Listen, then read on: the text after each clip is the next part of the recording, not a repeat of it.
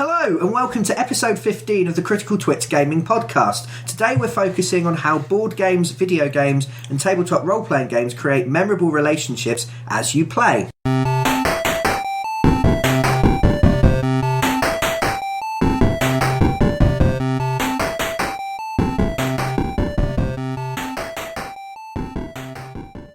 So, I'm Brian.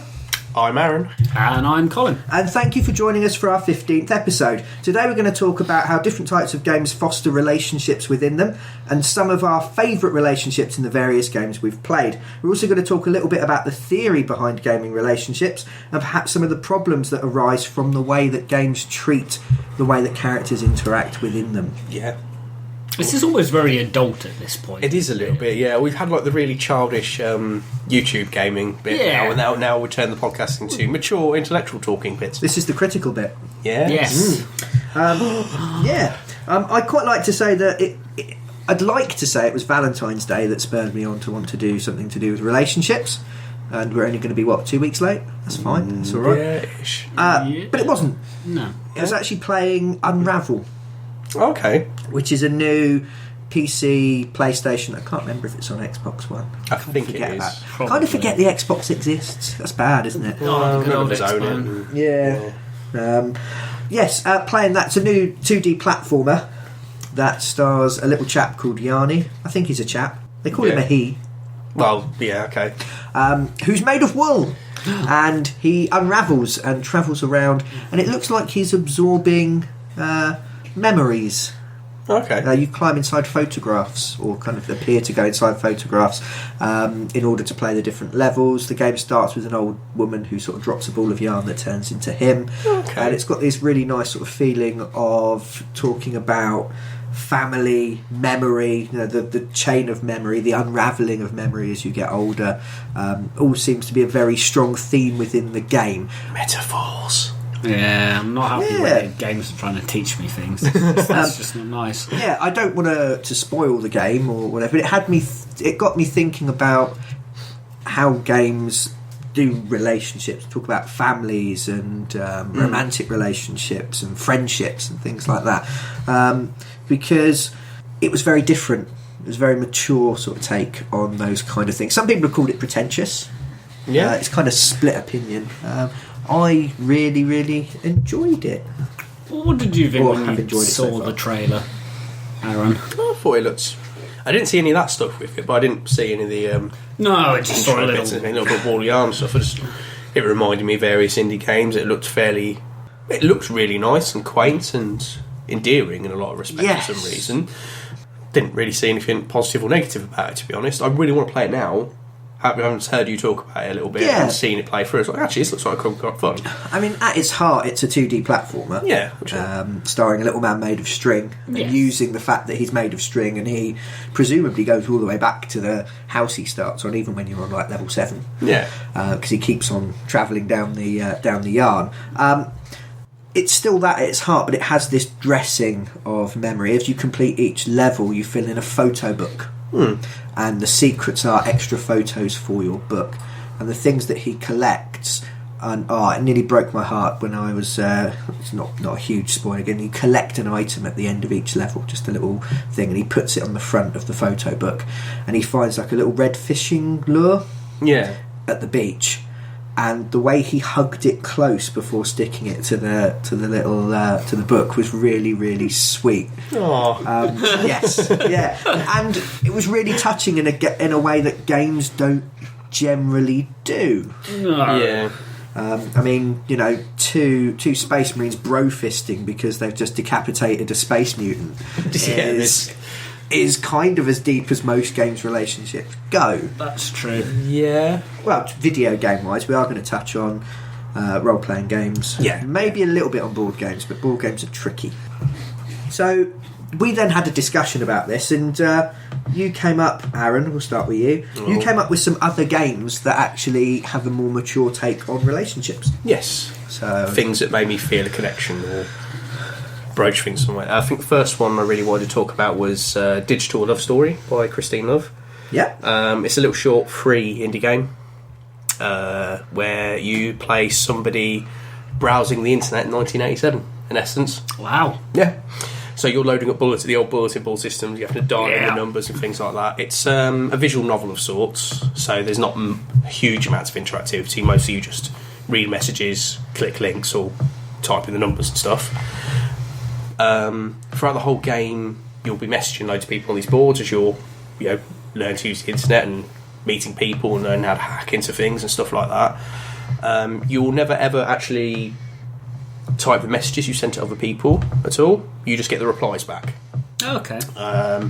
And you will particularly make a connection with one individual on a message board, which evolves into like a little mini love story as such. I don't want to reveal too much about it because again it's free and it's only a couple of hours long so people can play it and stuff, but considering the lack of interactivity that was involved in the game, I felt massively connected to a lot of the characters in it.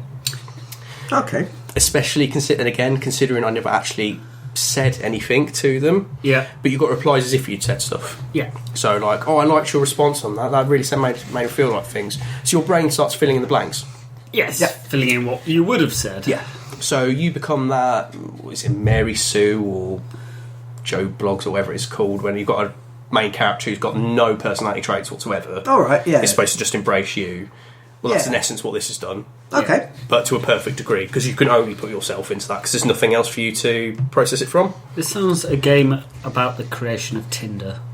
A little bit. Sexy dating sim game. So obviously all the interactions and bonds you make with people are purely through text. Okay. And I remember being a lonely, sad youth who... Oh God, this is going to get depressing. It's going to get... No, it's not going to get too depressing. But as a kid who struggled with social interactions with people physically, I tended to make a lot of friendships, connections with people purely on the internet. So purely through text and messages and things like that. And this reminded me of that a lot. Again, I was only with the game for a couple of hours, and even playing it through again the other day as a thing, I felt connections to the people in the game I was playing with. To the point where the game ended, and I was genuinely a little bit sad. That stuff had changed, or I'd lost stuff, or all the things that happened in the game. Because the game is purely about the relationships you build with people. But you're not doing stuff to build those relationships. They're naturally occurring. Okay. So they felt more normal. What's the level of your interaction? Because you don't get to choose... You can't just type anything, presumably. You've got a choice? No. No? No, nothing at all. You click reply to a message. Okay. Or you click send message. And then you, when you move forward, you'll get so messages. where's the game? You're exploring things. You have to find the information you need for the passwords for various bulletin board systems. Okay. The telephone numbers you need, the codes you need to get through the long distance calls and things like that. So there's a little limited gameplay. It's, like I said, it's very visual novel. Yeah, I'm not averse to that kind of thing. No, I'm not completely opposed. It sounds like Watch Dogs Valentine's Edition.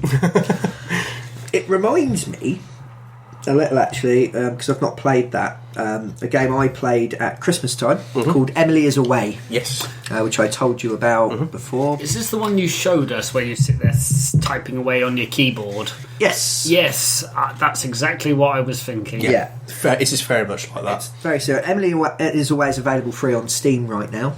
And involves... Yeah, it's a similar thing. It's more the It's the early 2000s or late 90s. Yeah, judging by the IM stuff, so it's that kind of era, which was the era when I was a teenager and I used to try to chat up people I knew on the internet and fail. Yeah. I know that well. By putting in wistful or hinting screen names. Yeah, all those kind of things. Very how culture has moved on. Now people just fish for attention via Facebook statuses, which is completely different. Or just take pictures of the genitals and send it to each other. Go, do you like? Yeah, all right. I'd be too afraid of sending it to the wrong person. Yeah, they're all the wrong person, Colin. I've got fat fingers. I can't guarantee I'm going to press the right digit. Sorry, Mum. Yeah, Emily is Away. Then you have more of a gameplay element in that you choose what you say.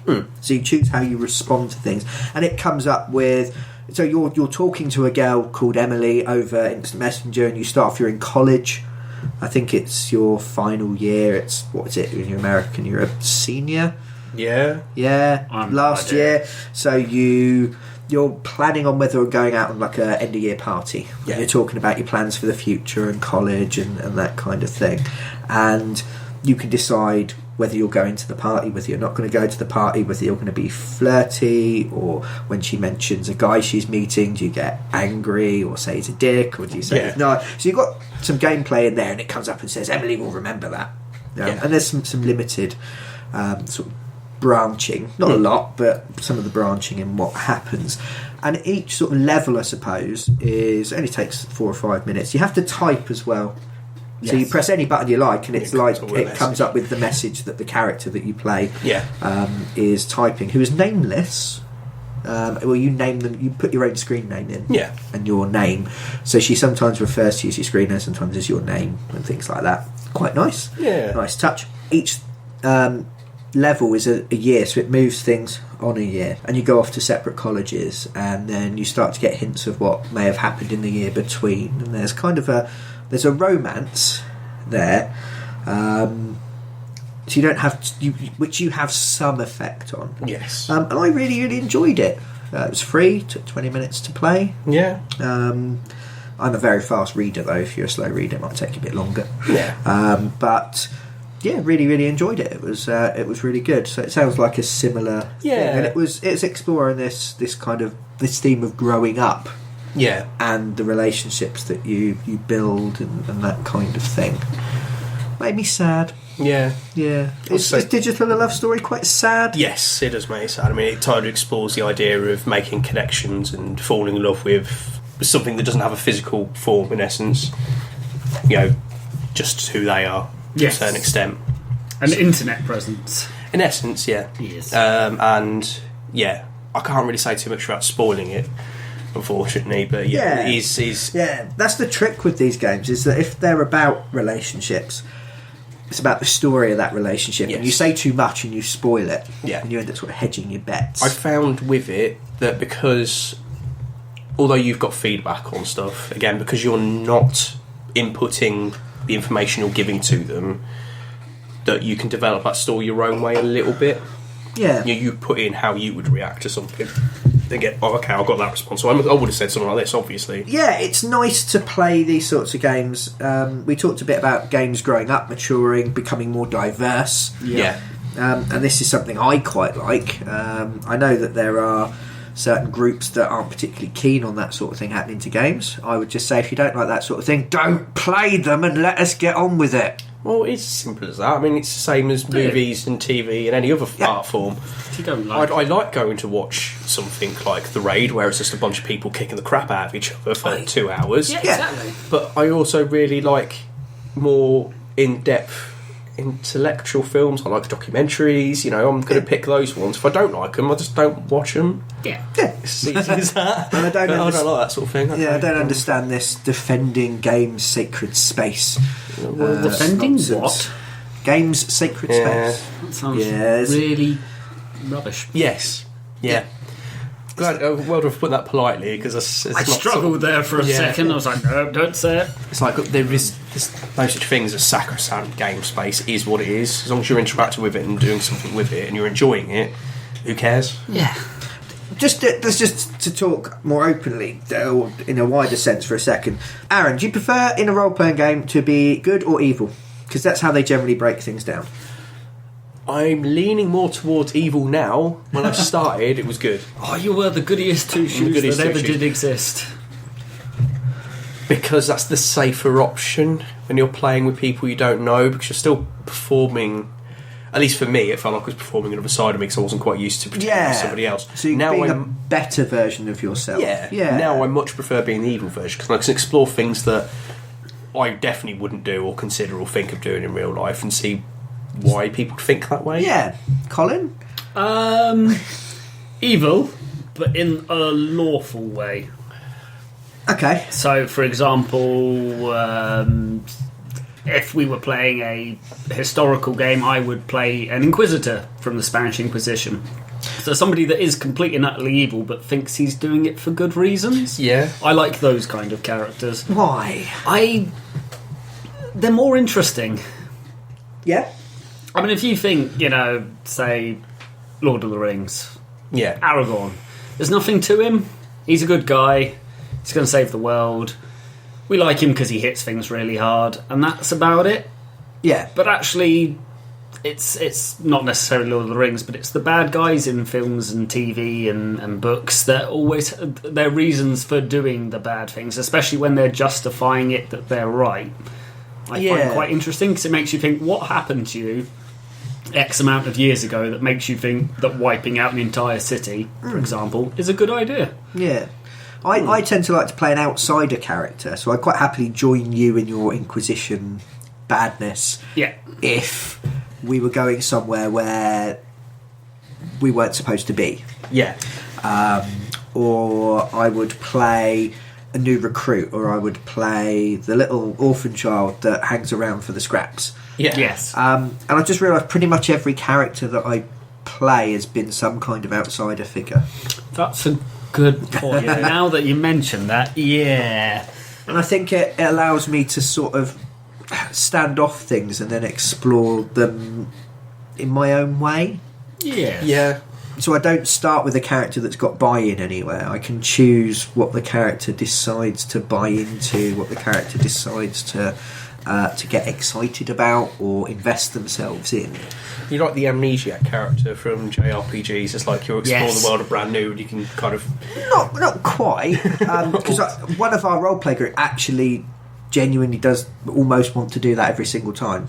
Yeah. Anytime we do something new, James says that he likes to play those sorts of characters.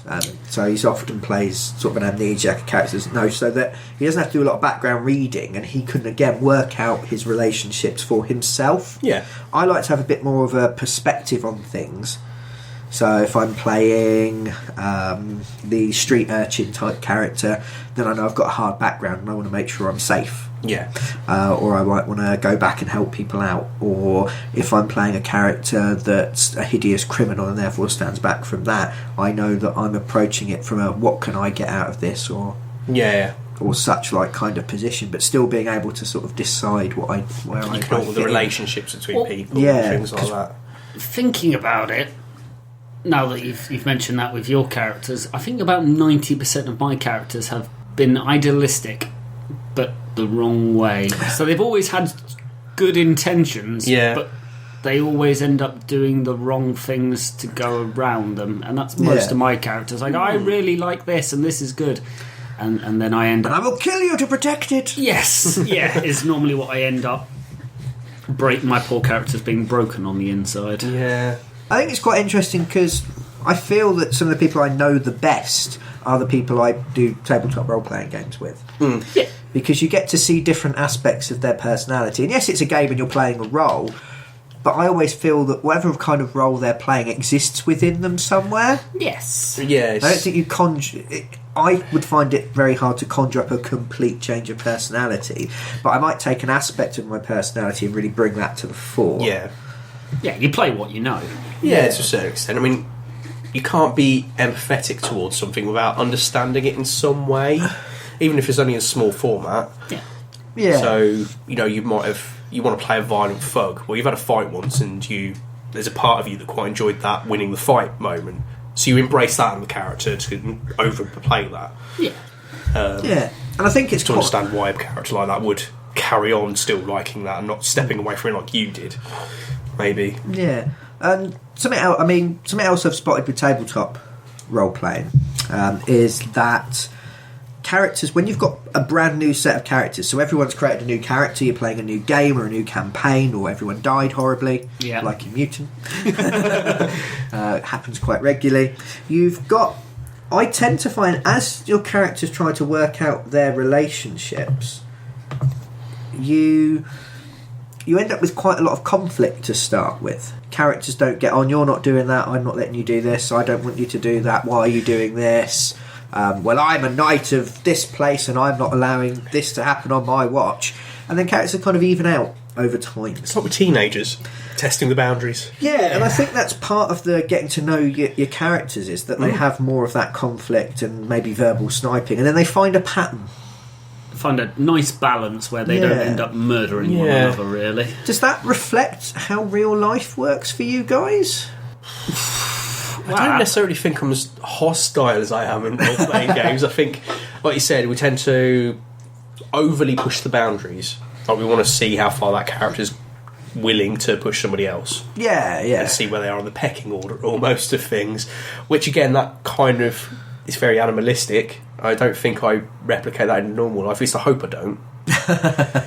But maybe I embrace that because I don't do that in real life. Yeah. I'm too willing to go, I'll be the nice one, I'll help out and do that. When really I want to go, no, shut up, go away. Yeah. And not really mean it, but, push for things. Because I tend to find that when you're with new people, you're actually, in real life, you're quite standoffish, or you're trying not to cause trouble, and you let things go, or you watch what you're saying, and then the more you know people... the more your true personality comes out. That's how I feel. I don't feel I can be myself with people until I've got to know them first. Yeah, definitely. So if I was an adventurer in an adventuring group in real life, everyone would be getting together, sniping each other, and I'd be keeping the peace or keeping out of it. Yeah. But possibly thinking, you guys are all dicks and I want to murder you in your sleep. What about you, Colin? Because you pulled a face when I said that when you meet new people that you kind of keep the boundaries. Yeah. And I know you're not like the rest of us. No, I'm not good at keeping boundaries. Sorry to everybody I've ever met. You're sitting in my lap right now, so... Didn't you ask? Oh, well, that's what that look was for. I think in tabletop, I think I tend to be more patient. Because, especially if I'm playing a weaker character, the barbarian in the corner with the axe that can cut me in two in a single hit, I don't really want to piss off. My character might want to, but I don't want the game to end 15 seconds into playing. Okay, so there's actually more of holding off or... Yeah, I think I try and sit back a bit and go, right, where's the limits of what I can say, because the barbarian has an axe. In real life, most people don't carry around axes, so I don't mind saying things. What's the most memorable role-playing relationship you've had? Could be a romantic one, could be a friendship one, could be with an NPC. See, I've got two. Oh, okay. One less on my part. Well, you start, and then we'll go around and you can finish off as well. Because I'm still thinking.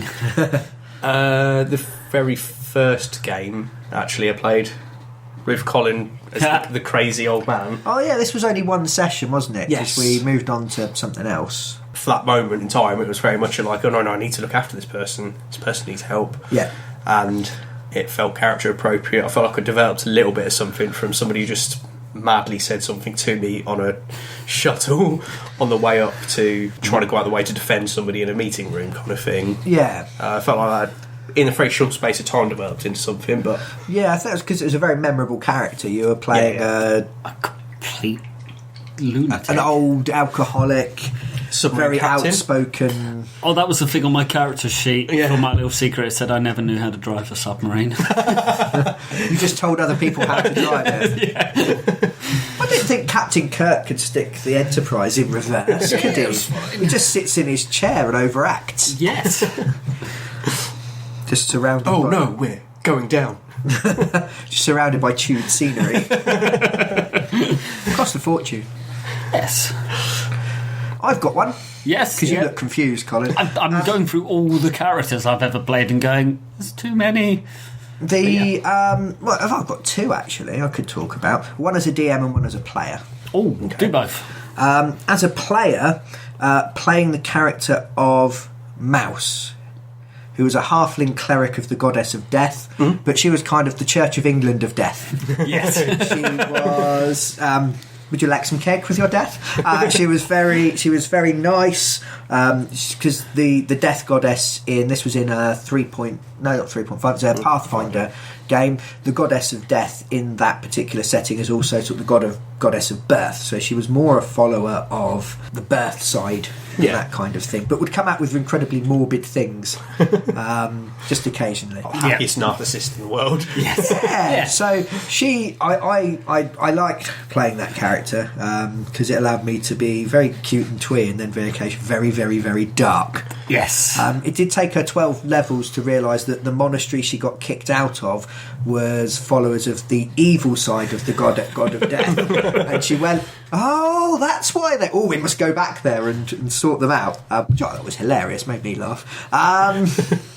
Character that she had an amazing relationship with, I think it's because this took place over 10 or 11 levels, was your elf. Yes. That actually changed my alignment.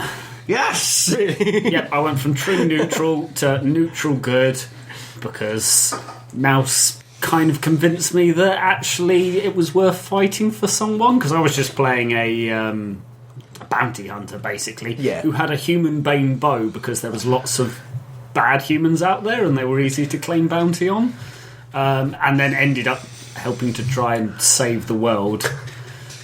Yes, and in my mind, there was... we were talking, and my character was so invested in this elf because I felt that she saw the good in everyone, and you were probably the biggest bastard in the group. Yes, I was. So rather than reacting with sort of anger or conflict, it was always disappointment, and it was always every time you did something horrible, it was a learning moment. And she was trying to teach you the error of your ways. I actually felt bad when I murdered that dragon that was tied up. Yeah, the one we spent an hour arguing about whether we should kill it because it was a red dragon and therefore it was always going to be evil. Yeah. And my stance was, no, we should train it, talk to it, discuss it, keep it, make it a happy, bobbing, nice dragon. Yeah. And the alignment is malleable, and you got fed up with the argument, didn't you, Colin? So you just shot it in the face.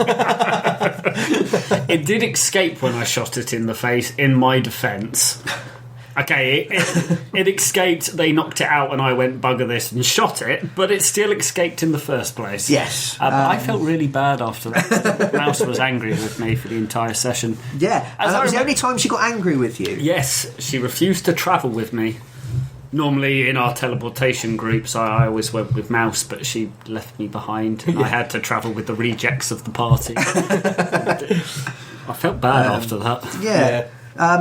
But I remember because we were constantly talking in character as these two different characters. Yeah. It felt like we were closer in the group. Yeah. And we got right up to it. This is a 16 level campaign. It was in Rise of the Rune Lords, the campaign book. Very nice. But we got right to the end, and we're attempting to hunt down the big bad of the campaign we've been after for about 12 levels. Yeah, about that. Long time. Probably 18 months in real life. I'd say around that, every week. We had a couple little gaps, but yeah, long time playing these characters. And we get up to the top of the Citadel in the alternate plane that this thing lives in.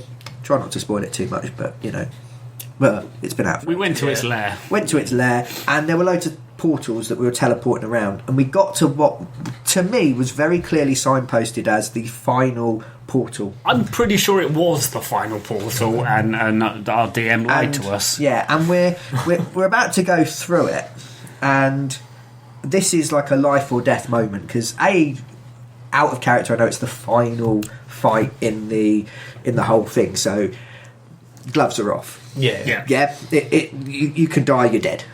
And my character quite fervently didn't believe in bringing people back from the dead.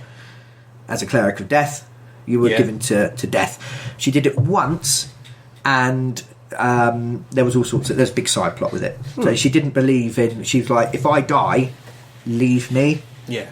So she thought she might die. So she turned round to Colin's character, looked him in the eyes, looking right up at him, because he was much bigger than her, yes, and said, if I don't make it, I need you to know that I have always loved you, embraced him and ran through the portal. We all ran through the portal. It was like a really touching moment. Yeah. And then we were teleported back to the beginning of the lair. Just looking at each other in awkward silence while everyone else was laughing their heads off. Not Mouse's half-brother, the giant human fighter that we had that could probably kill me in a single hit. He was glaring at me, as I recall. Yes. Yeah. So that's one of my most memorable relationships from a role playing. It built up stage by stage, and it changed and it adapted, and the characters were different because of it, which I thought, a good relationship, a friendship, or another half or whatever will change you throughout your life, and I could feel that happening to the character. Yeah, which was nice. I like that. Colin, for me, it was another relationship between mine and yours characters. This is a worrying trend. I played. It was during our last 24-hour campaign we did. Oh yeah. I played a war cleric. Oh yeah. Who was obsessed with fighting. Really wanted a good old-fashioned throwdown. Actually, think Spartans crossed with the Scottish. Nice. So just really wanted to die, but in as heroic way as possible, because that's what the God of War would want. And Brian played a noble's daughter. Yes. Who acted tougher than she actually was. She spoke a good game, but really when it came down to it, she wouldn't harm a fly. But I felt quite connected to his character, not in a romantic way, but because I was playing a much older character. I think I was in my late 50s and you were, 17, 18? Yeah, very young. But I felt connected in an almost father-daughter, because she spoke this good game of, I'm going to save my village and I'm going to go kill these, whatever we were fighting, werewolf people as far as I was concerned. Yeah, something like that. Yeah. And the first time she actually killed someone, horrendous look on her face, because she essentially we were using the World of Darkness system, which is much harsher than Pathfinder. It's not really and she stabbed something through the neck. Blood everywhere, bits of its throat, I think its tongue fell out through its neck. It was a nasty, nasty hit. So she's there shocked on the floor. And I just remember how proud I was. Just going, yes, I have a companion. I have someone to share my tales of glory and death and blood, and actually picked up the body and started dancing around it, going, look at this, you've actually cut the windpipe. Yeah. Look, opening its throat up so she can see, going, look how deep this cut is. Yeah. It's amazing. You declared it a work of art. Yes, yeah. And wanted to carry on adventuring with her, because obviously she was a worthy candidate to follow a cleric of war. Yes. And that was one of my favourite relationships, just because I got to almost try and train her. I don't know whether I was successful or whether she was just completely repulsed by everything I said, because I believe at one point when we were first captured, I declared that it would be all right. I'm pretty sure we could take them with only a 70% loss of the total villagers. And that was good odds as far as I was concerned. 70% of you will die, but 30% will live as free men. Mostly free men, because it's the women that are going to die. Yeah, that was quite good. I liked that character. Yes. Do you have another one? Yeah, 24-hour campaign. The one before that I was actually at. It was the one that was kind of fantasy Wild West almost set in. Oh, the fantasy. Oh, yes, I remember that. And it was Brian was DMing for this one, and we came across a keep on the way to one of the other barons' villages, I think, and we got attacked. We did. By a random assailant. Charged in bravely as I was playing this prototypical knight. We're in an era where guns and stuff have become more acceptable, and that was a coward's way out as far as my character was concerned. You fought like a man, hand to hand. That's a very... Sorry, Aaron, to interrupt you, but we were playing a fantasy cowboy setting, so people had guns. Yeah. There was, 5 of us in the group? Yeah. Only one of us carried guns. Yeah. Yeah, the rest of us all went with swords. Yes. You were meant to be gunslingers. You were. I specifically designed my character around the fact that all the rest of you'd have guns and I'd be this weird outcast. Which is exactly what I did. I ended up being this completely, basically normal character, and I was like, okay, fair enough. But yeah, so we got got to this keep, got attacked, charged in, and it appeared that we were being attacked. There was obviously a big gang in there, so I was prepped up for a fight. Charged in, and there was nobody in the keep. We walked around it and found there was just a little boy hidden in the back of it who'd been taking pot shots at us to try and scare us off. Because it was his only home. This poor orphan boy. Oh, the orphan boy. Oh, I'd forgotten about him. And I remember my character, talking to him as to convince him to, stay put, and we'd look after him, and he could join us and things like that, and making a connection with him. And because your characters were not that much older than him, and were away from home for the first time. Yes, we were very homesick. So it was quite a good connection there. Yeah. It was like it was a typical chivalrous action sort of thing. Yeah. He needs looking after. He's a strong lad. He can look after himself and things. So really connected with this. Yeah, I got looking forward to having coming along on the adventures as a character. And I got the impression that you really wanted him as a squire at some point. That was exactly to raise my him intention. out of the dirt. Yes. Yeah. To put him in my position to carry on the trend of knights over guns. Yes. Your character was a throwback, wasn't he? Yes. Yeah. Sorry. And then he got quite horribly murdered that night when we went to sleep. Yeah. And my character went for this kind of naive, we'll win the battle kind of attitude. We're the good guys, they're the bad guys, therefore we'll win. To this dark and angry, I'm going to fucking murder everybody kind of. We did. It was the instant charged out after, because one of the other characters left. Yes, one of them. Charged off to.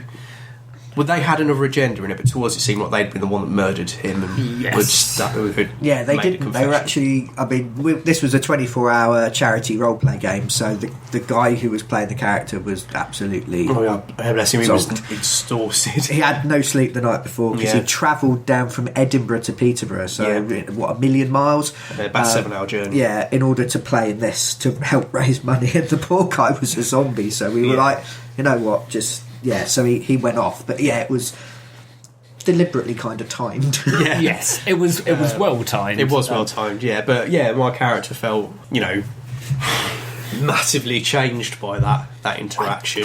He'd kind of, like you said, he'd found a squire, a young lad who needed looking after, but was strong enough to do his own thing. Yeah.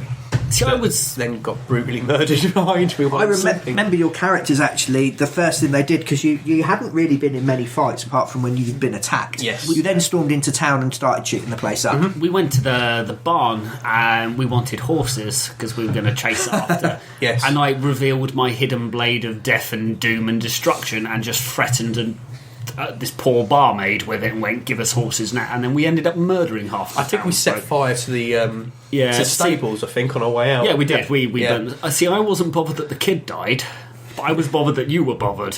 It really, really angered me that you were upset by it, and I went, nobody messes with my companion. Right, let's go murder everybody. Yeah. So, just in there, a bit of a DM tip that what I'd done with that game had got you to make childhood friends. So your characters had pre-existing relationships. They weren't just strangers. And it removed a lot of that actual sparring. And when the characters said something horrible to each other, it wasn't, I am a knight of the Honourable Order of St. Margaret's. How dare you say that to a St. Margaret's man? He must die. It's like... Oh, shut up. Yeah. Yeah, it becomes, to put air quotes in, a bit of banter. It just becomes people joking around. Yeah, it's friends. Yeah. And I've had good results with that kind of thing, building pre-existing relationships into the group already. Yeah. So you're not 5 adventurers that meet in a tavern. You are the adventuring company of whatever, and you did this before. Yeah. And now you're making your fortune and you're moving on. Yeah. And that works quite nicely. I do have one more. Okay. And this is for an NPC. Cool. But not a good relationship. No? This is an abusive relationship. Okay. And I'm looking at Brian because this was Brian's NPC. And it was an extremely abusive relationship, and I loved that character. It was in another fantasy campaign. It had the Inquisition in, and I played a character called Know-How. Yeah. We've had stories about him before, and it's the campaign where I accidentally killed half the party. Oh, yes. But my handler within the Inquisition, because I was just essentially a snitch. So it sounded like a dog. Yeah, I was a snitch pretty much. My handler was a trainee Inquisitor, an acolyte, called Bartholomew. I love Bartholomew. He was an amazing character. He was a complete sadistic prick. Part of the campaign that we were supposed to be doing is this cult were kidnapping people. Yeah. And Bartholomew, he always kept threatening me. It was, do this or I'm going to end up, throwing you back onto the streets where I found you. But that was fine because he paid me. But this part of the story, we were hunting down a cult that was kidnapping people. Turned out they were trying to summon demons. Bear in mind, demons hadn't been seen for 500 years and were demons in the biblical sense. So it's kind of a demon would show up and rip the entire city apart. Very, very hard. At that point, our party were banished from the city because people can't keep their mouths shut. But we told Bartholomew about what was going in the hopes that he would stop it, because we knew what was going down and we knew when it was going down, but we couldn't get back in the city. So it was like, all right, we'll tell Bartholomew. He's an acolyte. He's a man of the a man of God. He will save the city. And then the next day we heard explosions coming from the city, and what had happened is they were successful. Demons had been summoned. They had created a gateway to hell. Something like 4,000 members of the city were slaughtered in the chaos. Lovely. But Bartholomew, when we met up with him, he came out into the kind of shanty town outside the city. He was now Inquisitor Bartholomew, because Inquisitor Bartholomew had managed to rally a group of soldiers, defeated the cult who summoned the demons, and basically was this massive hero. Because what he'd done with the information we gave him is, instead of stopping the demons being summoned, he let the demons get summoned, then with all the knowledge of their plans, defeated them, looked really fucking amazing because, hey, I've just walked in and saved the day just like that, and so got a promotion out of it, which is entirely what he wanted to do. And when his character essentially said that to me, I just went, you are the greatest character that's ever lived, and actually started my know-how's kind of journey to become an Inquisitor himself, because that was absolutely amazing. Stab me in the back. Genius. I was thinking, it was just like, yes, that's an alright thing to do, because he justified it as going, well, now I have more power, which means I can save more lives, which is God's will. Which your means to an end type character went, yeah, that makes perfect sense. And he broke my nose during that conversation because I backchatted him. But yeah, so that was my abusive relationship with an NPC who I ended up deeply respecting, and at the end of the campaign joined the Inquisition as his acolyte. Yeah. I really enjoyed playing that character. Bartholomew was amazing. Yeah, because he was just a horrible person, driven by the greatest of ideals. Power.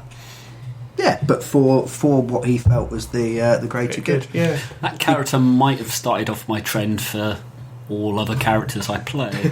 Not power-based, but the complicated. His feeling was that if anyone else was doing their job, they would have caught this plot. Yeah. So he was obviously far better than them, but he was subservient to them. So he needed to put himself in a position of power to... and he was a human, and everyone else was Azimar, so angel-blooded. Yeah. So there were no human Inquisitors until he did that. Oh, okay. So he used it as leverage to get humans into the Inquisition. Yeah. Ooh. Yeah. He was an acolyte, but normally that was the highest he could rise. That was about as much as he was going to go. Yeah, so there was all sorts of things that he was doing. Loads of interrelationships that kind of played off. The rest of the party hated him because of that. But I really liked him. Yeah. I very much. He's has been one of my favourite NPCs. So we've talked a little bit about how tabletop RPGs foster relationships. Yeah. What about RPG video games? Ooh. They're under a lot more restrictions. Yep. Because they require programming all the different routes into the... Yes. The dynamics can be a bit more difficult to portray. Yeah, I think it depends on your on what type of RPG. If you're playing, say, open world RPG such as Skyrim, there isn't relationships. No. Yes, there's a necklace you can put on, and you can marry the first at the first settlement you go to. You can marry her because you get a share of the wages. But what does it mean? That happens in so many games, though. Even when you get to the more complicated ones, like BioWare's relationship stuff, where you'll have a conversation with somebody, they'll tell you their history. Yeah. They'll ask you to help with things. You'll talk with things like you can generally win them over by throwing shiny things at them. Yes. Oh, Fable's the worst for that. Oh, yeah. Let's talk about Fable's I relationship. farted in front of you 50 times and you really don't like me. Here, have some cheesecake over and over again. Now you love me. Yes, Yay. now you love me. That actually sounds a little bit like my Valentine's Day, because I made the most amazing toffee cheesecake. I say this not to toot my own horn, but as a man who has invested a large amount of his life in the pursuit of confectionery excellence, failed and then accidentally fluked the most amazing cheesecake because I accidentally the day before ate most of the digestive biscuits for the base and had to use a caramelised biscuit. Ooh. And used that instead, and it made the base both crunchy and sweetly delicious. Ooh, critical Twits top tip there. Yeah. Oh, I could do a recipe, couldn't I? Yeah. Get the old Steadicam out. And, The difference is in hopefully your girlfriend was impressed with your random culinary skills. Yeah. But in Fable, you get a "Yay, I like you," followed by you've married her, a quick cutscene, a couple of kids pop out, Maybe an STD. a couple of STDs, and then the plot carries on, and you never talk to that woman again. I've just had a thought. Oh dear, that's a bad sign. Either Fable was terrible at indicating how relationships actually work when you interact and develop a relation, talk with people and understand the history and who they are as a person. Yep. Or it understood how Tinder was going to work, because that's basically what that is. Go, yeah, okay, I'll sleep with you, cool, done. That's a good point. So it might I actually like be- your picture. I've talked to you, and you're not a lunatic. Yeah, it's What, just well been done, preceded Peter to- Molyneux. Thank you very much for. Peter Molyneux, accidental genius. I hate the Fable games with a passion. Oh yeah, I can't stand them. They are festivals of crap masquerading in a shell of over-promised what could have been. Now, I never got caught up in any of that hype. Did you not? Nope, I never heard a fucking thing It's about it. not just hype, it says things on the Yes, back of the absolute box bullshit. that it doesn't do. Thankfully, I Your rented it out, so I never decisions saw it. change everything. A massive world to explore. You mean if I go to this loading screen, I have a linear Yeah. path to walk down Yeah. with some very nice trees either side? No. I played Morrowind at that time. I played Morrowind. It's like, that's open world. This is not open world. My first RPG. Yes. Yeah. Light diet Yeah. without cream, soy latte. Yeah. Good and evil boiled down to ridiculously evil, Even cartoonishly The evil. Canderel of RPGs. Yeah. But even the more ones that portray more complex sides of a coin Yep. don't venture that far from that Fable template. As much as I hate to say it, because I love Mass Effect, Mass Effect does fall down this hole as well, with the whole Paragon or Renegade choice button put on a conversation. Yes. I will be normal. I will be Jesus, or I'll be Satan himself. Yes, I mean that does. But what I like about it is, say, the evil. Right, this has always been my argument with good, evil decisions. When you are playing a character who is going to save the world, or which is how most RPGs start. Yeah. It always comes down that you will eventually save whatever kingdom world that you're in. Yeah, even if not for the first 20 hours, then for the next 80 after that. Yeah. The evil option, they never come across as really evil because you're still going to save the world. Yes. The whole point of an evil option should be the easiest way out. Yeah. So, for example, on your many journeys to slay the evil dragon of doom that's going to wipe out the town, a girl wants her cat down from a tree. Now, the good option would be to go and get a ladder, climb up the tree, talk to the cat nicely while you pick it up gently and carry it down, and then the girl offers you a reward and you say, no, that's fine, keep your money. Yeah. The neutral option would Help. Take go money. up the tree, maybe grab the cat a little bit more roughly, but get it down and then take the reward. The evil option But still, the good option, because you are playing a good guy, would be, all right, and throw a stone at the cat so it falls out the tree. Better analogy, pick up a little girl, take her money from her, and throw her at the cat. Yeah. There you go, you've So reunited with the cat and walk off. It's So not done what you asked. doing... Yeah, you said you wanted your cat back, you're together now. It's not necessarily doing an evil thing. It's about doing something really easy. For a Mass Effect example... Can I just ask you a quick question before we get into Mass Effect? Have I ever thrown a rock at a cat? Well, why do about half your stories end with something terrible happening to a cat? I don't like cats. There you go, just said that on the internet. Yeah, all of Facebook will come after me We now. apologise. Me and Brian love cats. You do. So it's okay. You do. We counteract it. No wonder Colin doesn't know what's happening on the internet, because the internet is 90% cats. Yeah, I know, that's why I don't follow Explains it. your It's confusion scary. But Yeah, Mass Effect, sorry. for an example, there's a Mass Effect mission in the third game where you have the opportunity to get loads of pirate fleets to join your motley crew of everything in the universe. But one of them is one of the CSEC officers, essentially space police, are stopping their ships, raiding other ships to get supplies. Yeah.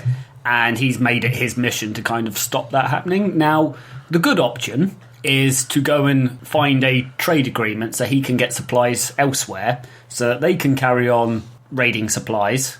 Yeah. And then everybody's happy because the CSEC officer's got the really nice weaponry that he can't get hold of because you've set up this nice trade agreement, and they can carry on raiding whoever they want and everybody gets weapons. Yeah. The evil option is you just get on the phone, communicator, whatever it is, and go, yeah, just kill him.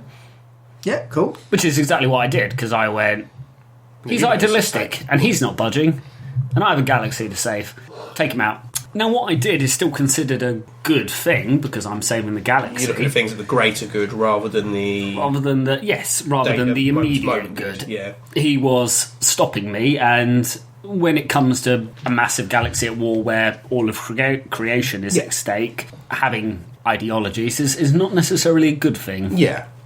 But you're still restricted to those two paths. You can go down the middle, but nothing really happens. No. And if you want the relationships to develop in Mass Effect, you have to go down one route or the other.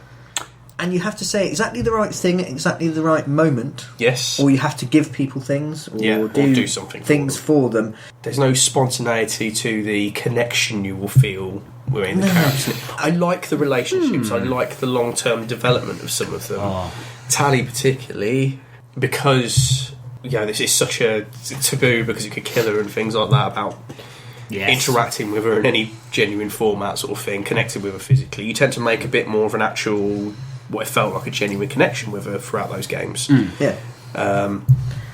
Otherwise, it just seems like, yes, you have flirted with me 3 times and completed my side quest.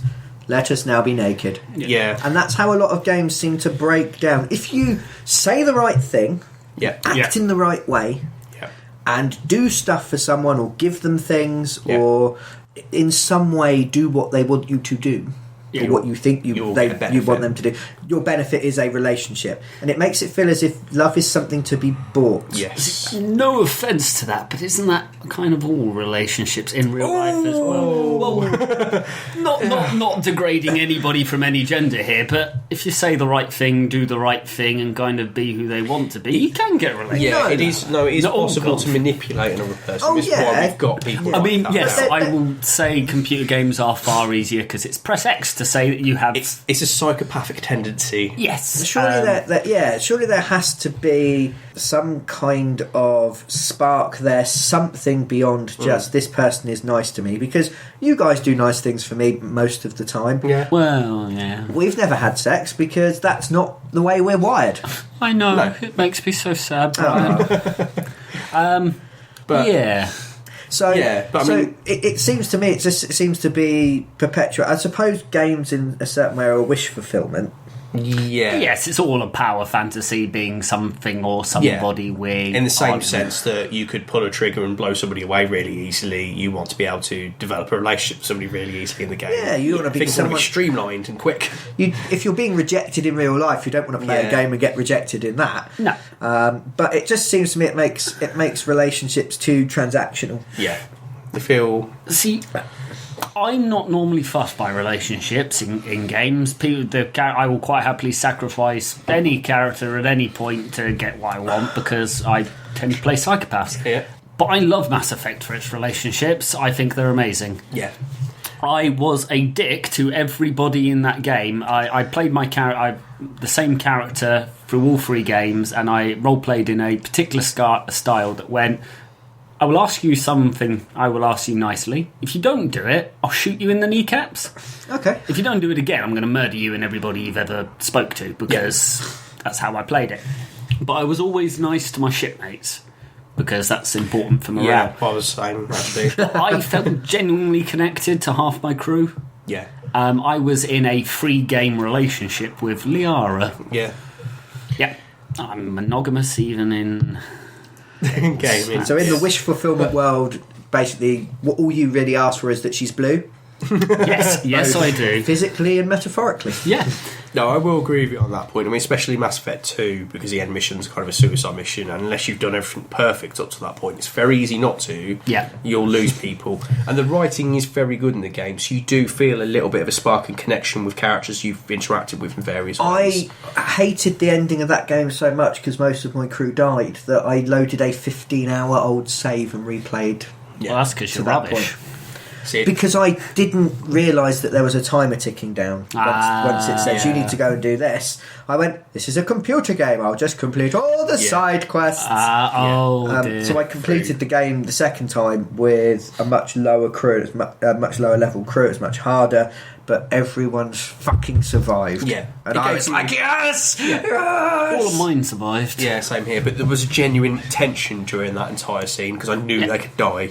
And if I picked the wrong moment, if I put the wrong person in the wrong position, I'd killed them. Yeah. It wasn't this is an arbitrary thing, a game has killed this character, because that's determined by the script. That felt like I'd made that decision. Yeah. So that was quite clever writing in that respect. What gets me is that, I mean, in Mass Effect you always pick up the same crew. Yeah, well, Mostly. similar crew. And I don't understand, if you're playing the Paragon, why would Jack be in your crew? For instance, so you've got a psychopathic murdering killer nut job in your crew. She is horrible. She's horrible to everyone. She threatens to murder everyone. You just wouldn't have her in your crew because it's in the plot. Yes, you pick her up. I mean that's the thing that her character develops. Yeah. In the third game, she's a teacher obsessed with protecting her students. Yeah. And yes, she's still a psychopathic killer. I mean, you don't get her in the party, you go and rescue her without realising that it's her going to be there. And she still rips everything apart with her bare hands. But there's this... There's a nice change, but I just went, you do not fit. You shouldn't be on this ship. My character would not have you on this ship. But I'm never going to talk to you. I'm never going to do anything with you. You just sit in the corner looking grumpy and kicking your heels. It depends, because I mean, with 2... most of the time you're given crew. It's like, no, you have to. You need this person to be able to do this. Yeah, it's all about the final mission. It's like the first game. I used her, and then I was like, I don't care. Yeah, I mean, the first game was all about you being the Paragon. You could be the Renegade still, but it was still about being the good guy. Renegade. Yeah, even if you were a Renegade, you were still doing good guy things. Oh yeah. The second one was about you being the Renegade even when you were doing good guy things. Yes, because you were still doing slightly dubious stuff because you needed to, because there was a bigger picture involved. Yeah. Which involved taking on people that you maybe wouldn't have considered before. Yeah. Now, if you'd interacted with the character loads or followed a Paragon route, there's a reasoning, a history, and everything else behind why Jack is like that makes you go... horrible history. Yeah, like, I kind of understand why she's like that. I did talk to her enough that she didn't die at the end. Yeah. And I was a Paragon when I played through Mass Effect 2. I see, when I did the Renegade playthrough... I was like, I don't care. You're a horrible person, go away. See, for me, I felt... really liked her. Yeah, I really liked her. So the more I interacted with her, the more I went, no, it's like you with your...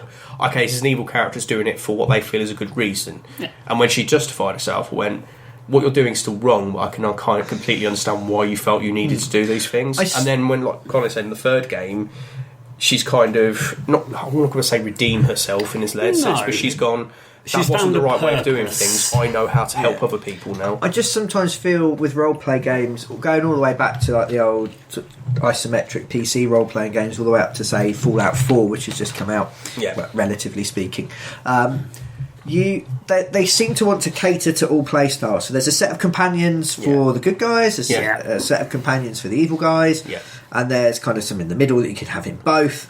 And the evil side always seems really underdeveloped, and a lot of the bad guys just seem sort of over the top and comical and a bit stupid. This is the problem. They keep boiling it down to this is a bad person, therefore it's a murdering psychopathic lunatic. Yeah.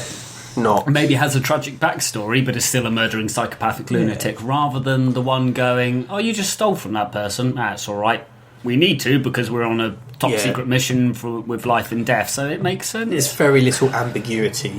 Yes, there's not a lot of grey. What I will say is a game that does do it fairly well. Yep. And I know you don't like it too much because you played it and disliked the gameplay, but Alpha Protocol. Oh, I thought that was like a fart in the bath. It's both incredibly clever with its relationship interactions. Uncomfortable and slightly piquant. Well, I wanted to love that game. Yeah. I gave that game every opportunity, and then I gave it away to a friend because he stayed round and played it all night. And I came out of the bedroom in the morning, and he was sit with the bloodshot eyes, tears drying on his face, spit hanging from the corner of his mouth, going, "This game is so good." And I went, "Yeah, you take it home if you like." Yeah, why don't you? Yeah, because I just genuinely didn't like it at all. And gameplay wise, it's kind of shonky. There are major issues with it. I think very quickly, has anyone noticed that Brian's been the negative one? Yeah, this week, definitely. Yeah, this is my job, Brian. Stop taking it away from me.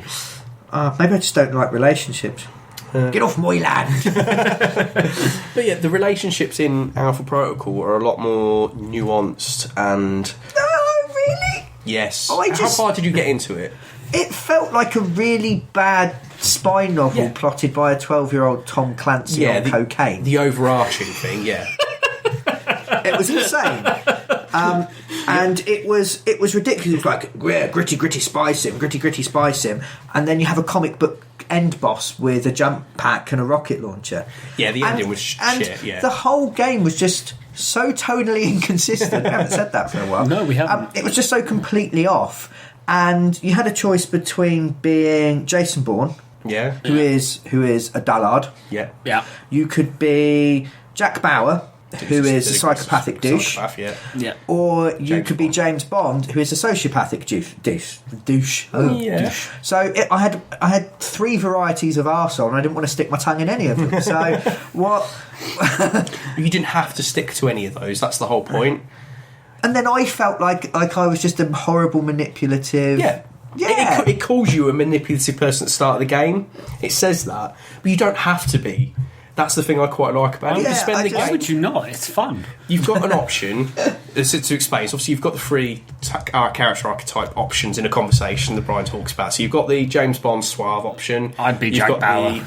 Jack Bauer, punch him in the face, I'm doing this. And you've got the... Actually, no, I'd be Bond. Jason Bourne, I'm going to do the right thing all the time. But a dullard. Yeah. Now, every time you talk to somebody, you can choose to interact with them in any of those three ways. Yeah. Some characters will like you to be Jason Bourne. Others will like you to be James Bond. And the more you interact with them that way, the more they'll like you. You don't have to do that. You can make them fucking hate you if you like. You'll still get bonuses and interactions with them later on. I'm going to be honest, this isn't new.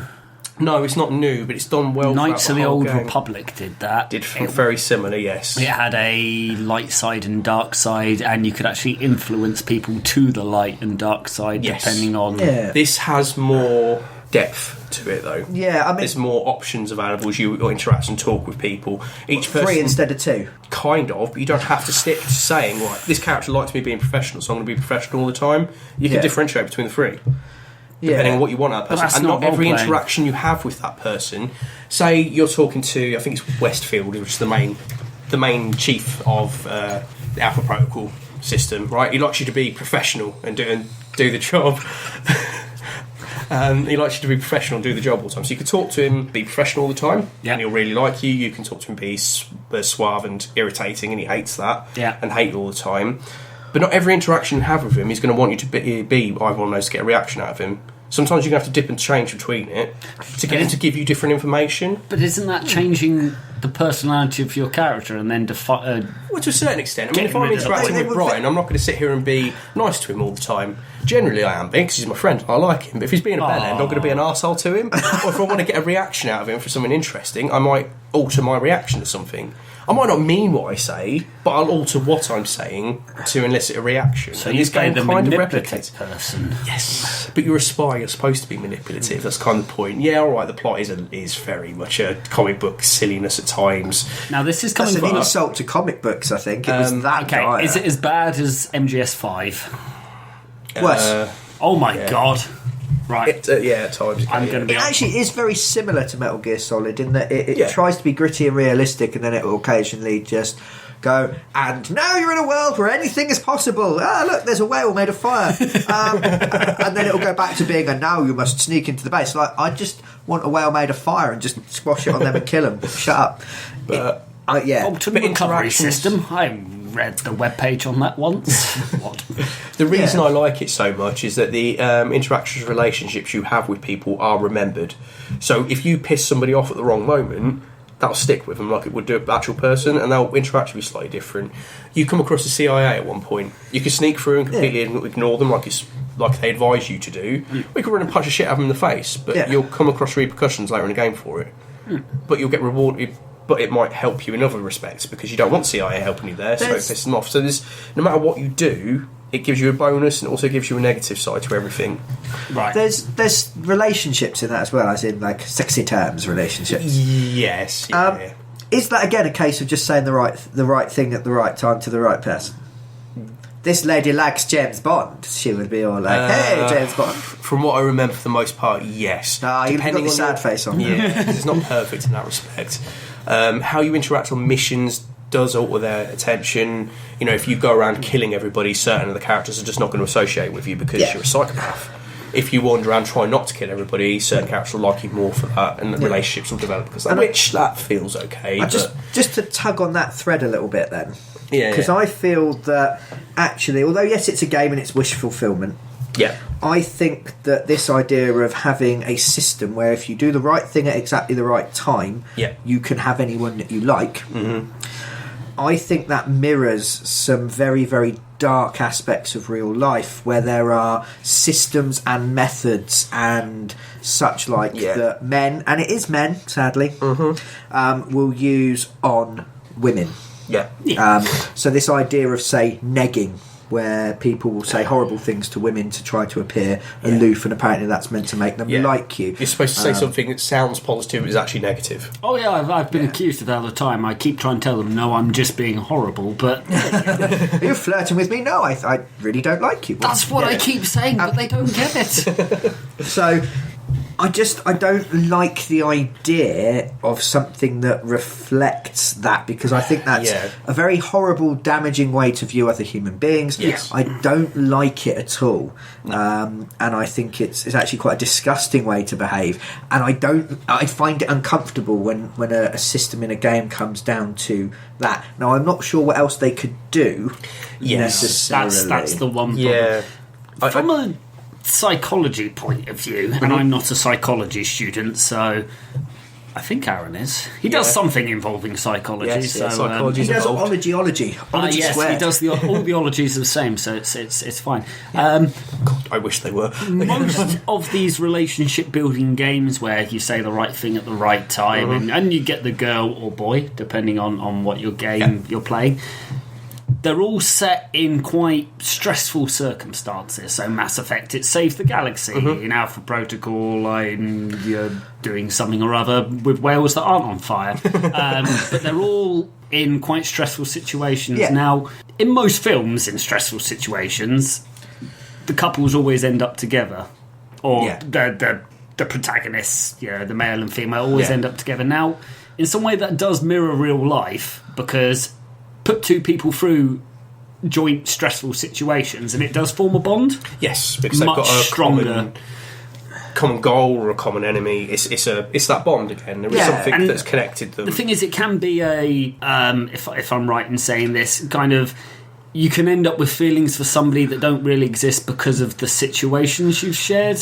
So you're being chased by pirates on an island, you can end up falling for those people because you've shared that experience, Yes. if I'm right. Yeah.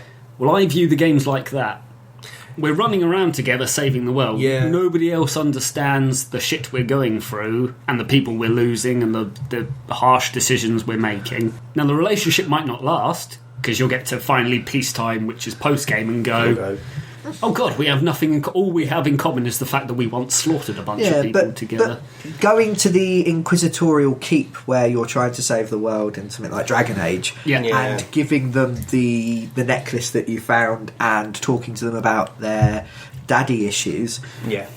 That's not really a stressful situation. No, it does. It does fall apart like that. I mean, it works for me in Mass Effect because I always took Liara because her biotic abilities were amazing. Because all she's got to do is make a black hole, and it's hilarious. You're just after her for what she can do for you. Yeah, terrible excuse for a human being. So I always had her in the missions, and it was always her talking to me during the missions, and I felt a bond there. And I actually really like Liara. There you go. I said it. I liked some pixels on a screen. Aren't I proud of myself? If you're playing a game, say, and he goes, I'll give this person a necklace and you can sleep with them, like in Skyrim, you can wear the necklace of Mar and then talk to this woman, she might marry you. That's just doing it out. Almost, that sounds creepy to me. And I did do it in Skyrim because I married a shop owner because I wanted some money. And I felt creepy doing that. The gamification of relationships, it's definitely become an issue. Again, as Colin said, I mean, I'm saying with Mass Effect, I've made connections with those characters and stuff like that, but those characters can't make that connection back, so it's purely selfish, and so that expectation can seep into real life. There is a thing called the Proteus effect, where you take on aspects of the avatar you use, which can include a mouse pointer at sometimes when some of the research I've done before of it. I become the mouse pointer. Goddamn, all things mouse the mouse pointers. pointer, the stuff it interacts with and does in certain things. Yeah, But I mean, I presume it's the same thing as like watching large quantities of porn. Yeah. That ends up influencing your sexual life later on because you think that's the norm. Yeah, if that's your only interaction with people, there is a huge risk of that being that. Well, I've got something from this relationship, so why don't you love me back? Yes, I said the right thing. Well, and I've gave given you a you these necklace. things. Yeah, I've given you a necklace. I don't know whether it ties into the rise of the nice guy. You know, I'm a nice guy. Why won't she go out with me? Because she's not sexually attracted to you.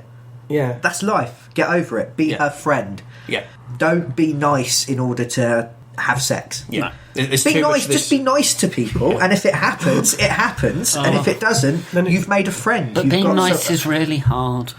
Well, be a dick to everyone, and some people might like that. But just be honest in your. You're not doing it for a goal.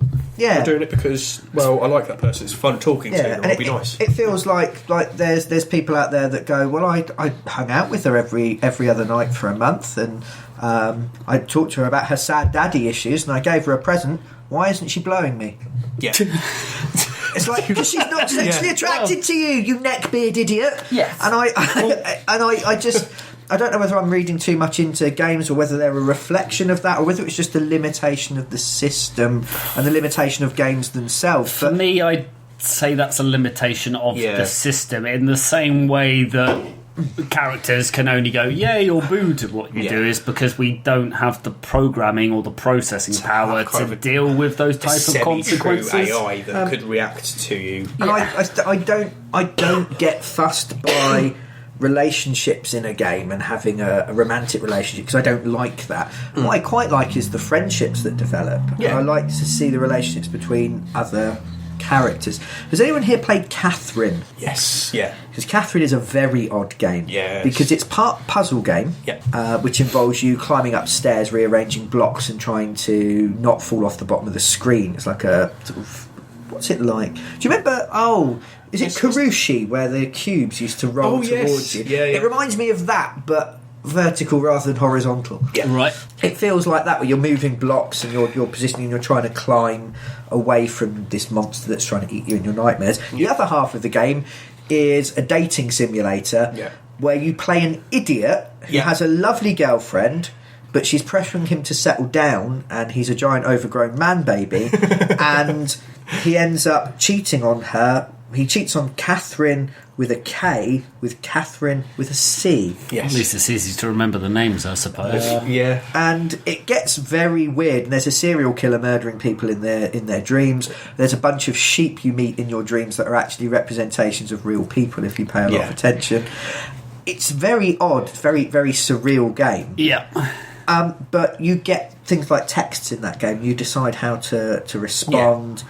And there's actually, I genuinely felt morally compromised playing that game. I felt really uncomfortable being this horrible guy. Yes. There's things that he does that are sort of out of your control because he drinks too much and he's hanging out with his mates. And then there's things where you start to lose control and it's Catherine's fault. Not Catherine's fault, but Catherine's fault. And yeah, and it's... I found that quite interesting. Yes, I really enjoyed that because it puts you in that you're an awful human being position, but doesn't praise it, which I quite liked. I thought it was interesting. It was very much involved and focused on their relationship, and it was quite complex. It wasn't if you say yes 3 times, then it's all fine, because you then the character would push back because he doesn't want to do that, and you'd get him in the cutscenes and such like not being happy with the choices. But if you made him happy, he was inherently a dickhead. Yes. And it was interesting to play. I thought it was a bit more nuanced. Obviously, it still comes down to a sequence of the right button presses in the right place. It flows a bit better. It was much more organic. Yeah. How much of the game does that kind of part take up? Probably about a third of the game. The other 2/3 is the puzzles. Because the reason I asked they can cross over much, slightly. I mean, the reason I asked how much that takes is going back to Mass Effect. Yes, we could put Ubisoft, BioWare. Sorry, everybody. EA, BioWare. BioWare could have put in that kind of level of relationship complexity where you've got text messages and a drunk character and doing the right thing and doing the wrong thing and have it flow a bit more. But you'd probably have to lose about a third of the actual shooting, boom, explosion gameplay, which is what you're really there for. And until an action game with relationships tacked on, so they're underdeveloped and inherently unsatisfying, if that's what you're looking for. I would say maybe from a friendship standpoint, they kind of work. Oh, I mean, I very much like Garrus. Yes, Garrus was amazing. I always wanted to stroke his weird whiskery tendril things because I always wondered what they felt like. The last conversation, the last conversation you have before the third game, where essentially he goes, "Right, if we're all going to die, I'll meet you at the bar," was bloody heartbreaking. And I sat there going, "Oh, somebody's going to die, or this game's going to end." And either way, I'm sad. I suppose we've talked quite a bit about romantic relationships.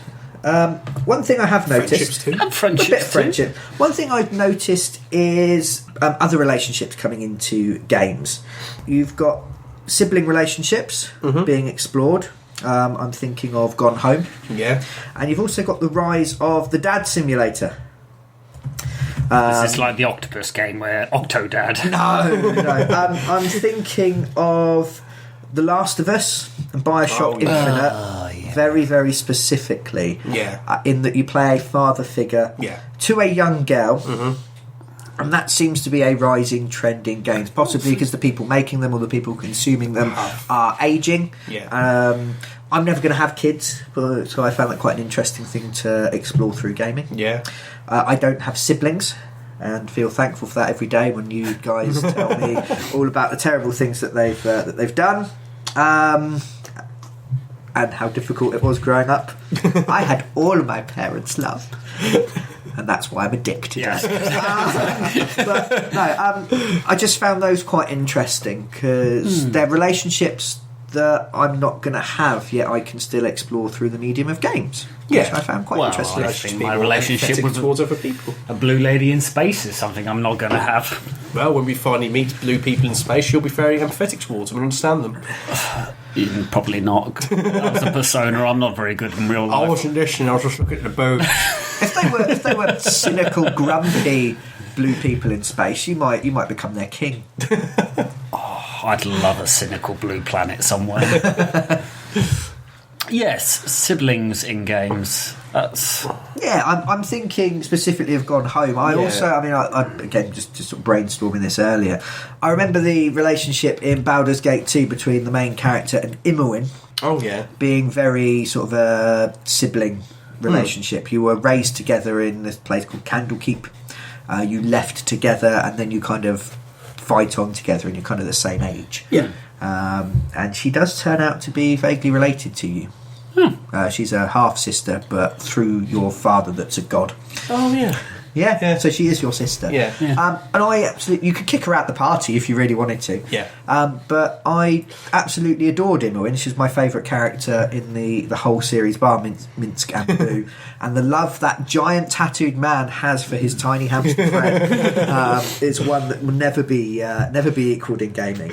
I really enjoyed that particular relationship. Yeah. And you've got sort of dialogues and similar in there. And actually in Baldur's Gate 2, where they take her away from you for a large chunk of the game. Yeah, I remember now, yeah. Really annoyed me. And then you got her back and she was a mage thief and she was useless. But I still kept her. Yeah, because she was your sister. Yeah. And I ended up with a really horribly unbalanced party in Baldur's Gate 2 because I kept all the characters I liked. right. Yeah. And... I never completed it because and actually, again, just thinking of that, there's two characters in that game that experience quite heavy losses. You've got Jaheira, who loses her husband, and you've got Minsk, who loses. She's not his lover, but she is his. She's a magic user on a quest. Yeah. And he is sworn to protect her, and he adores her and will do anything for her. Yeah. And she is killed by the bad guy. No. And, I found that, again, quite a mature, more sensitive... I mean, that's a 17-year-old game, but much more nuanced interpretation and exploration of those kind of themes. Yeah. I'm just waffling at you, aren't I? No, I mean, it's interesting. I'm just trying to think why that hasn't been replicated so much recently. I mean, like you said, you've got Gone Home and stuff, which is essentially about those relationships. Gone Home is all about family. Yeah. And it's all about the secrets that lie within families. Yeah. I remember talking to you about the secret in the basement that you missed. I completely missed, and then went completely colours your perception. Yeah. Because I played Gone Home hating the dad because he seemed like this distant... self-obsessed, narcissistic fool who's dragged his family across the country because he got a free house and kind of upturned their lives and has caused loads of problems for his kids, and he seemed a bit of an idiot. And then you find out kind of what's driving him. Yeah. And it is almost, I found it very uncomfortable. Yes. Definitely. I had a lot of sympathy for him. Yeah. Do I spoil it? I don't. Okay. We will announce spoilers because Gone Home's been out a little while and it's purely story based. So if you're not interested... I mean, this is the thing: when you spoil a plot point in Fallout 4, it's not about the plot. No. When you spoil a plot point in a story game, it's about the story. Yeah. So it does affect the game, but you find out that there's lots of heavy clues that suggest the guy who left him the house is his uncle, who abused him when he was a child. Yeah. Well, that took a dark turn. Yeah. Very dark. Very, very dark. And the rest of the game isn't quite that dark. It's not happy all the time. Because I found that fairly quickly. Yeah. And it coloured my perception because you're hunting for your sister who is missing. That's the plot. You come home. Yeah. Your parents aren't there. Yeah. But your sister isn't there either, and you don't know where she's gone. And there's a cryptic note that says, "I'm really sorry." And you're like, what the hell has happened to her? And it has the atmosphere and feel for me of a horror game until you find out what happens, and it has a neat reversal. Yes. But knowing that had happened in the family, then it really sort of coloured my perceptions, and I was thinking the worst all the way through. And actually, he's not a bad father, and he's a man with a terrible past and a lot of burdens. Yeah. And I felt a bit guilty for kind of judging him. Yeah, definitely. After I found that, I was like, ooh, okay, fair enough. He's trying to do what he can to move past it. He's trying to do what he can for the best of his family, but he's His whole past is coloured by that. Yeah, You but can't your- move around it. Your character would never know these things had happened, and No, of you course not. nose around in your sister's diary, and you look at her photos, and you read her secret thoughts, and You listen to a band's music. yeah, and you find out your mum might be considering an affair. Yeah. And you find all these things that you wouldn't know otherwise. And I thought it was quite a really interesting way of saying, how much do you really know about the people in your life? How Yeah. much of them do you really know? Sweet and the- bugger all, mostly. Yeah. Especially Yeah. about family. Yeah. So I found that really interesting, and it Yeah. wasn't. There were no choices in that game. No, it's In that just sense, I have it's played exploration. bits of it. It's just wandering around and Yeah, but looking it's at stuff. it gives you clues, and it lets you put ideas together, and it lets you make your own judgments. Yeah, It doesn't have you confront your father and he goes, yes, it happened. It's like it's left up to you. And I like that because that's how we interpret people. Yes. We can't get inside someone else's head. No. And even with writing and art, we might think that brings us closer to people, but actually that's the version of them they choose to project through their art, Yes. consciously or subconsciously. In this, I liked it. I really enjoyed it. Yeah. Yeah. I did feel like a dirty voyeuristic perv on several occasions. Yeah. See, I like the sound of that. That sounds interesting Yeah, to it's play. it's just all about family. The other People game are you idiots. mentioned, though, what a pile of crap. Can't remember what it's called. Last of Us. That's the one. I loved The Last of Us. It was amazing. Pile of wankety spunk. I actually dropped the controller at the ending of that game because it shook me so much. Yeah, I turned the game off shortly after the beginning. Yeah, why is my that? daughter's dead. Don't care. Jesus. I went, fuck, that was quite harsh. No, didn't care. No. Didn't care at all. No, I thought that was well. Well, I found that really shocking. Yeah. okay, Because that you was connect quite with a little bit shocking. with that character in that brief amount of time you get. I think Yeah, it's because yeah. I'm just a dick. just But dead he inside. picks up this girl to, as a replacement for his daughter and to survive the apocalypse with. I just wouldn't do that because they're a waste of resources. In an apocalypse, kids are the first thing to go. Yeah. But apologies to the world for saying That's kind of ironic because obviously in societies up until very recently, your kids were your future because there was no pension, there was no safety net.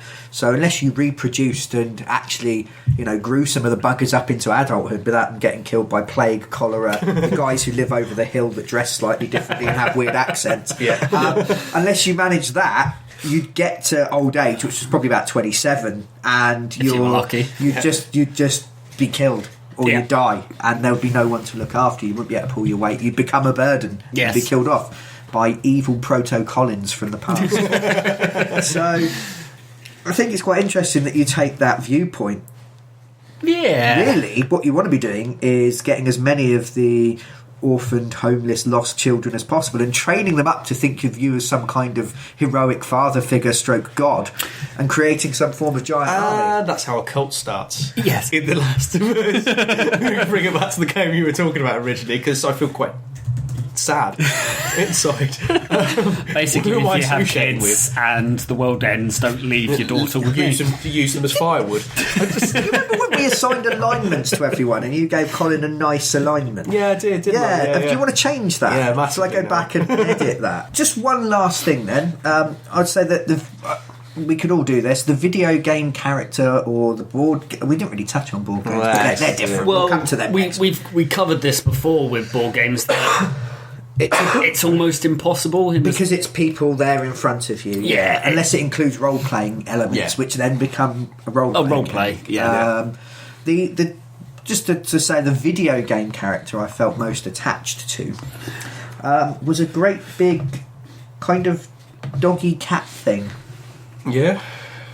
called Red 13 from Final Fantasy VII, Yeah. who you find as a medical experimental subject. He can talk. No one seems to be that fussed. Oh, they kind of go, "Oh, you can talk," and he goes, "Yes, I can," and that's Just it. carry on, yeah. You get locked up as well, and you break out with the bad guys with him, and he just kind of tags along, Yeah. and he is just so wonderful. Yeah. He's adorable. He has a really amazing sort of side quest that sort of tucks in with the main quest, where you go back home, you explore his relationship with his ancestors. You find his dad's been turned to crystal, saving the village. You look like you're going to cry. Yeah, genuinely, one of the few moments in gaming where I've actually cried at something. The music for that scene, the build-up to it, the difficulty of getting just to see that absolutely broke me as a child. I saw that, I wept. Genuinely wept. Yeah, and I think it was because he was kind of a little bit, not childish, because he was quite wise, but he had a little bit of that wide-eyed innocence, and he was a bit like a child, and he had this relationship with his father, which obviously as a kid is important to you. Seeing that kind of taken away from him and the heartbreak of it was quite upsetting. The ending of Final Fantasy, because his race is quite long-lived. Yes. The ending of Final Fantasy VII takes place many years later, and it's just him and his young puppies running along, and then looking out over the ruins of the old civilization that you've helped to bring down. And that was actually a genuinely heartbreaking moment for me when I saw that at the end, because he was my favourite character in the whole game. And I played that game probably 200-300 hours. And he's in it from about hour 10. He's not there right at the beginning, but you do get him quite early on before the game becomes sort of open world. And I found that I thought that was an absolutely wonderful way, because it showed that he was finally happy. You know nothing about the rest of the characters, but seeing him happy with his little family just made you feel everything's right. Everyone else must have been happy too. It's my favourite sort of relationship within a game. And he's just a friend to the main character. There's no love interest or anything there, because that would be bestiality, and that would be a bit weird even for a Japanese role-playing game. That's true. What about you, Colin? My favourite... I lovely Arica, she's blue. No, it is a friend character. Okay. A male friend character from Dragon Age Origins, Stern. Who is found in the first village of something generic number A. Locked in a cage for crimes unknown. I let him out. He was like, "You look hard. Come with me." Across his story, you learn that the reason he's in the cage is he got woken up. He woke up in a barn, badly wounded. A family had taken him in to patch him up, and he murdered them because his sword was missing. He felt quite bad about murdering them all, but he kind of woke up and went, "My ancestral sword is gone," and started breaking some necks, and then kind of came out of his blood rage and went, "Oops, I think they were just trying to patch me up, they didn't take my sword from me. My bad." But there's a little bit, not I wouldn't say he redeems himself, but you can get his sword back, which cheers him up. It's always good to keep the murderers happy, Colin. Exactly, but I really liked his character because it was just the way he spoke, and almost his love of dying and battle. And my favourite line from him is when you get back the sword. He thanks whoever your character is, whatever you've named your character, and then goes, "When my people invade," because he was from the northern lands or something. He was a barbarian race, essentially. But he goes, "When my people invade and we slaughter your people and destroy your cities, I will not look for you on the battlefield." And that genuinely touched me. I was like, I have a friend. This is a guy, yes, we're going to go to the battlefield.